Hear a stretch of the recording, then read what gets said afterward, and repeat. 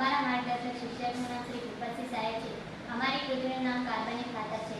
મારું નામ ચારા સત્તાબેન શિવપા છે. હું ધોરણ 10માં અભ્યાસ કરું છું. મારી શાળાનું નામ શ્રી શક્તિ વિદ્યાલય સુનસર છે. પ્રવર્તમાન યુગમાં વધુ નફા ઉપરાંત વધતા જતા વસ્તીના ખાદ્ય પુરવઠાની ખપત પૂરી કરવા માટે આધુનિક કૃષિ જરૂરી છે. ખાતર એ છોડના વિકાસમાં અભિવૃદ્ધિ કરે છે.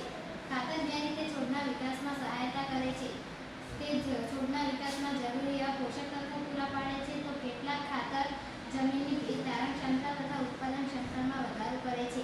આથી યોગ્ય પ્રમાણમાં ખાતરનો ઉપયોગ કરવાથી તે પાકની વૃદ્ધિ વધારે છે. કાર્બનિક ખાતર બનાવવાનો હેતુ. રાસાયણિક ખાતરનો ઉપયોગ સરળ હોવાથી અત્યારના સમયમાં તેનો બહોળા પ્રમાણમાં વપરાશ થઈ રહ્યો છે, પરંતુ લાંબા ગાળે તે નુકસાનકારક હોવાથી બને તેટલો કુદરતી ખાતરનો ઉપયોગ કરવો જોઈએ. કુદરતી ખાતર તરીકે લીલું કડવાશ, છાણિયું ખાતર, કમ્પોસ્ટ વગેરેનો ઉપયોગ થાય છે. આથી વિવિધ કાર્બનિક ખાતરોનો અભ્યાસ અને સંશોધન માટે આ કૃતિ તૈયાર કરવામાં આવેલી છે. આ કૃતિ તૈયાર કરવા માટે છાણ, સૂકા પાંદડા, વિવિધ પ્રકારની માટી, વિવિધ બિયારણો તથા છોડની જરૂર પડે છે. કપાસિયાના ખોળનું કાર્બનિક ખાતર બનાવવાની પદ્ધતિ. કપાસિયા ખોળ, છાણ, સૂકા લીલા પાંદડાનું મિશ્રણ તૈયાર કરો. તેને ઓછામાં ઓછા 30 દિવસ સુધી કવળ લાવીને ખાતર તૈયાર કરો.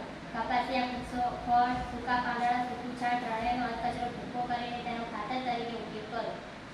ત્યારબાદ કે પાકની વાવણી કર્યા બાદ પાછળથી ઉમેરતા વધુ ફાયદાકારક